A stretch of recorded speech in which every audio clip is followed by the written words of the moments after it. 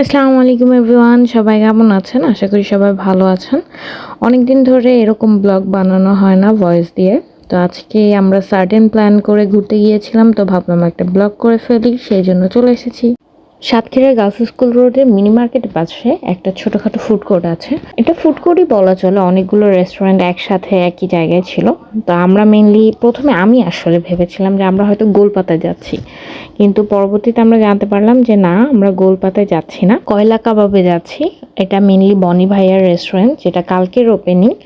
আমরা আজকে খাওয়ার টেস্ট করতে গিয়েছিলাম, যেহেতু বনি ভাইয়া ছোটো ভাইয়ের ফ্রেন্ড। তো ছোটো ভাইয়াকে সে রিভিউ দেওয়ার জন্য ডেকেছিল এবং ফ্যামিলি হিসেবে আমরা সবাই গিয়েছিলাম।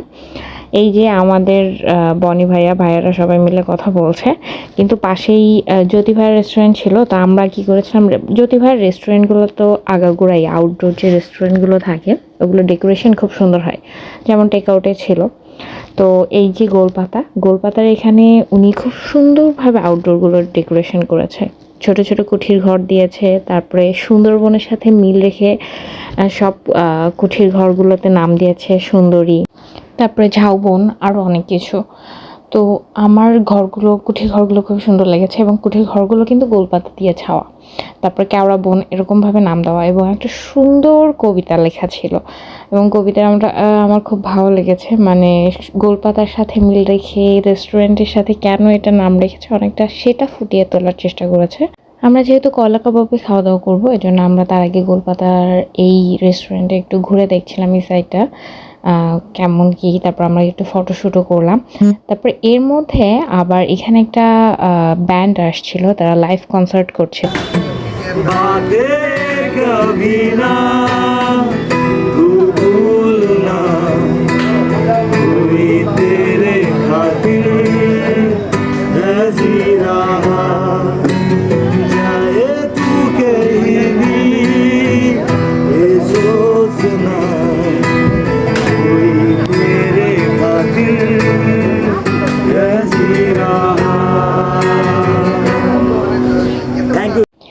একদম ফুড কোর্টটা শেষ মাথায় সাতক্ষীরা সি ফুড রেস্টুরেন্ট এবং লাইভ পিৎজা ছিল, ওখানে লবস্টার ছিল। বড় ভাই আবার ইনাকে লবস্টার দেখাচ্ছিল, তো তখন সেটা দেখে আবার ইনা একটু ভয় পেয়ে গেল। আমরা আসলে আমাদের খাবার দাবার রেডি হচ্ছিল, এর মধ্যে আমরা একটু ঘুরে দেখছিলাম আশপাশে কোথায় কি পাওয়া যায়, কোন রেস্টুরেন্টটা কিসের জন্য ফেমাস।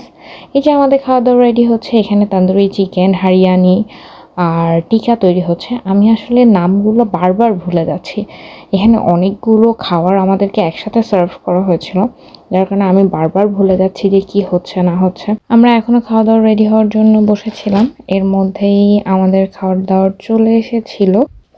এখানে তান্দুরি চিকেন, হারিয়ানি, তারপরে হচ্ছে তান্দুরি উইংস আর টিকা আছে, এবং স্পেশাল স্যালাড ছিল। আর এর মধ্যে যদি খাওয়ার রেটিং করা হয়, মানে 1 2 3 4 5 6 এভাবে বলা হয়, সেক্ষেত্রে আমি বলবো আমার তান্দুরি উইংসটা সব থেকে বেশি ভালো লেগেছে, তারপরে তান্দুরি চিকেন, তারপরে হারিয়ানি।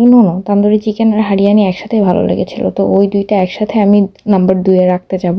পরে আমাদেরকে আরও কিছু খাবার দাবার দেওয়া হয়েছিল, যেগুলোর নাম আমার সত্যি মনে নেই, কিন্তু খাবারগুলো মজা ছিল, স্পাইসি ছিল, যেটার কারণে আরও বেশি মজা লেগেছিল।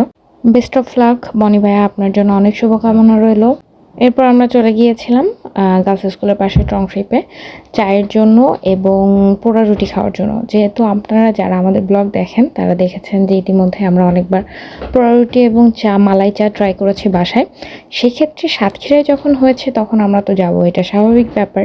তো আমরা গিয়েছিলাম, তো এখানে যে আঙ্কেলটা চা বানাচ্ছিল ওনার একটা মজার জিনিস দেখলাম।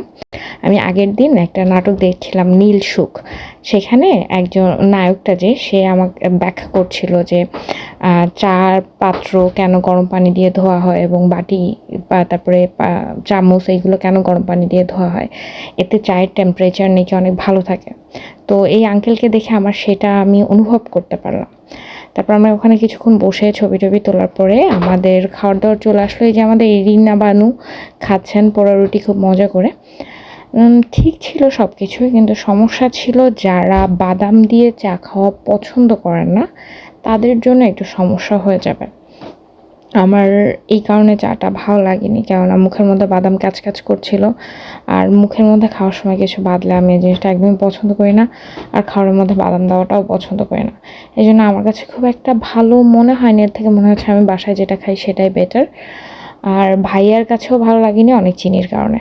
এতটুকুই ছিল আমাদের ঘোরাঘুরি। সবাই ভালো থাকবেন, আল্লাহ হাফেজ।